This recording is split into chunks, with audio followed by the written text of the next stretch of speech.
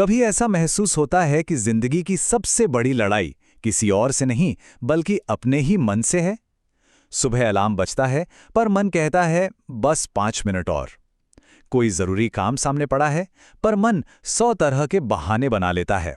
और फिर दिन के आखिर में हाथ लगता है तो सिर्फ पछतावा। ये एक ऐसी जंग है जो हम सब लड़ते हैं। पर अच्छी बात यह है कि इस जंग को जीता जा सकता है। तो आज का सबसे बड़ा सवाल यही है, जिंदगी की गाड़ी में ड्राइविंग सीट पर कौन बैठा है? क्या हम अपने मन को चला रहे हैं या हमारा मन हमें अपनी मर्जी से कहीं भी भटका रहा है? इस एक सवाल का जवाब किसी की भी जिंदगी की दिशा बदल सकता है। गौतम बुद्ध के ये शब्द एक बहुत गहरी सच्चाई बताते हैं। हमारे विचार ही हमारी हकीकत बनाते हैं। सोचिए, अगर हमारे विचार ही हमारे कंट्रोल में नहीं है तो भला जिंदगी कैसे हो सकती है? तो चलिए आज इसी आंतरिक दुनिया को समझने और जीतने का तरीका जानते हैं। देखिए, किसी भी प्रॉब्लम का सॉल्यूशन निकालने से पहले प्रॉब्लम को गहराई से समझना बहुत जरूरी है। तो सबसे पहले ये जानते हैं कि एक बेकाबू मन असल में काम कैसे करता है और ये हमारी जिंदगी के हर पहलू पर कैसे असर डालता है। स्क्रीन पर ये जो फर्क दिख रहा है ये बहुत गहरा है। एक छोटा सा एग्जाम्पल लेते हैं। मान लीजिए किसी ने हमारी आलोचना की। एक गुलाम मन फौरन गुस्से या दुख से रिएक्ट करेगा, जबकि एक मालिक मन एक पल रुकेगा, सोचेगा और फिर शांति से जवाब देगा। मतलब एक की जिंदगी में बस उथल पुथल है और दूसरे की जिंदगी में सुकून और क्लैरिटी। अब ये जो नंबर है ना, ये सच में चौंकाने वाला है। साइकोलॉजी कहती है कि हमारे लगभग 95% फैसले ऑटो पायलट मोड पर होते हैं। ये हमारी उन गहरी आदतों और विश्वासों से चलते हैं जिनका हमें एहसास तक नहीं होता। इसका सीधा सा मतलब है कि अगर मन को ट्रेन नहीं किया गया तो वो किसी को भी उन रास्तों पर ले जा सकता है जहां वे कभी जाना ही नहीं चाहते थे। तो चलिए अब प्रॉब्लम से सॉल्यूशन की तरफ बढ़ते हैं। ये 5 तरीके एक तरह से रोड मैप हैं और ये सिर्फ कोई किताबी ज्ञान नहीं है, बल्कि ये वो प्रैक्टिकल टूल्स हैं जो किसी को भी अपने मन पर काबू पाने में मदद कर सकते हैं। पहला और सबसे बुनियादी तरीका है पॉजिटिव सेल्फ टॉक। हम सब जानते हैं कि दिन भर हमारे अंदर एक आवाज चलती रहती है ना?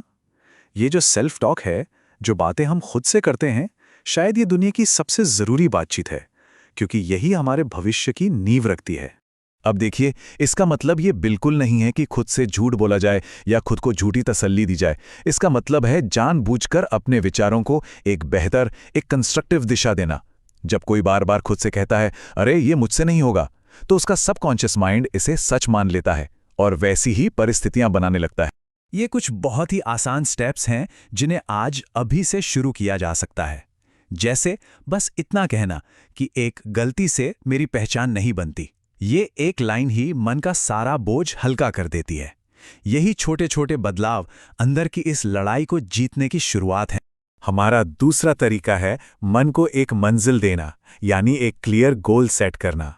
बिना लक्ष्य के हमारा मन उस नाव जैसा है जिसमें पतवार ही नहीं है, बस लहरों के भरोसे कहीं भी बहता चला जाता है बिना किसी दिशा के।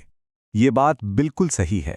एक लक्ष्य ना मन के लिए चुंबक की तरह काम करता है। जैसे चुंबक लोहे को खींचता है, वैसे ही एक मजबूत और क्लियर गोल हमारी सारी मेंटल एनर्जी को अपनी तरफ खींच लेता है और सारे भटकाव को खत्म कर देता है। और ये कोई जादू नहीं है, इसके पीछे सॉलिड साइंस है। इसे कहते हैं रेटिकुलर एक्टिवेटिंग सिस्टम या RAS। ये हमारे दिमाग का एक तरह से फिल्टर है। जब हम कोई लक्ष्य तय करते हैं तो ये फिल्टर सिर्फ उसी से जुड़ी चीजों को हम तक पहुंचने देता है। अचानक सही लोग और सही अवसर दिखने लगते हैं जो पहले भी वहीं थे पर हमें नजर नहीं आते। अक्सर होता क्या है कि एक बड़ा सा लक्ष्य देखकर मन घबरा जाता है, लेकिन जब उसे छोटे छोटे हिस्सों में, मतलब डेली, वीकली और मंथली स्टेप्स में तोड़ा जाता है, तो हर छोटा कदम एक जीत जैसा लगता है। और यही जो छोटी छोटी जीत होती है ना, यही मन को मोटिवेटेड रखती हैं और बड़ी मंजिल तक ले जाती हैं। तीसरा तरीका है समय पर महारत हासिल करना। आजकल की दुनिया में बिजी दिखना एक ट्रेंड बन गया है, एक तरह का स्टेटस सिंबल। लेकिन दिन भर भागदौड़ करना और अपने समय का सही इस्तेमाल करके प्रोडक्टिव होना, ये दो बिल्कुल अलग अलग बातें हैं। ये नंबर हमें बताता है कि प्लानिंग का हमारे दिमाग पर कितना गहरा असर पड़ता है। जब हम कामों को एक टाइम लिमिट में बांध देते हैं तो दिमाग को एक क्लियर डायरेक्शन मिलता है। इससे न सिर्फ काम पूरा होता है, बल्कि विल पावर यानी हमारी इच्छा शक्ति भी मजबूत होती है। तो टाइम मैनेजमेंट का मतलब सिर्फ टू डू लिस्ट बनाना नहीं है, ये असल में प्रेजेंट मोमेंट में जीने की कला है। जब किसी एक काम के लिए एक समय तय होता है तो मन अतीत के पछतावे और भविष्य की चिंता से आज़ाद होकर सिर्फ उसी एक काम पर टिक जाता है। तो अब बात करते हैं चौथे और शायद सबसे पावरफुल तरीके की, मेडिटेशन। इसे किसी मुश्किल स्पिरिचुअल प्रैक्टिस की तरह देखने की बिल्कुल जरूरत नहीं है। ये मन के लिए एक वर्जिश है। जैसे शरीर को हेल्दी रखने के लिए एक्सरसाइज जरूरी है, ठीक वैसे ही मन को शांत और मजबूत रखने के लिए ध्यान जरूरी है। इसके पीछे भी साइंस है। हमारे दिमाग में एक हिस्सा होता है एमिगडाला, जो डर और एंग्जाइटी का सेंटर है। रिसर्च बताती है कि रेगुलर मेडिटेशन से ये हिस्सा असल में सिकुड़ने लगता है। इसका सीधा मतलब ये है कि छोटी छोटी बातें जो पहले गुस्सा या बेचैनी पैदा करती थीं, उनका असर धीरे धीरे कम होने लगता है। मेडिटेशन से ना एक बहुत गहरी समझ पैदा होती है। पहली चीज़ जो समझ आती है वो ये है कि कोई भी इंसान अपने विचार नहीं है। विचार तो बस आसमान में बादलों की तरह हैं, जो आते हैं और चले जाते हैं।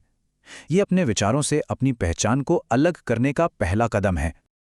और फिर आता है दूसरा, सबसे ज़रूरी हिस्सा। जब ये एहसास होता है कि हम इन विचारों को सिर्फ देखने वाले हैं, एक साक्षी हैं, तो फिर हम उनके बहाव में बहते नहीं। विचारों और भावनाओं पर एक कंट्रोल आ जाता है और यहीं से शुरू होती है असली मानसिक आज़ादी। और हमारा पांचवां और आखिरी तरीका मन और शरीर के गहरे कनेक्शन पर बेस्ड है। ये दोनों एक दूसरे से जुड़े हुए हैं। अगर मन को साधना है तो शरीर को नज़रअंदाज नहीं किया जा सकता। तो एक्सरसाइज के जादू के पीछे की साइंस क्या है? एंडोर्फिन्स। जब हम एक्सरसाइज करते हैं तो हमारा दिमाग एंडोर्फिन्स नाम के फील गुड हार्मोन छोड़ता है।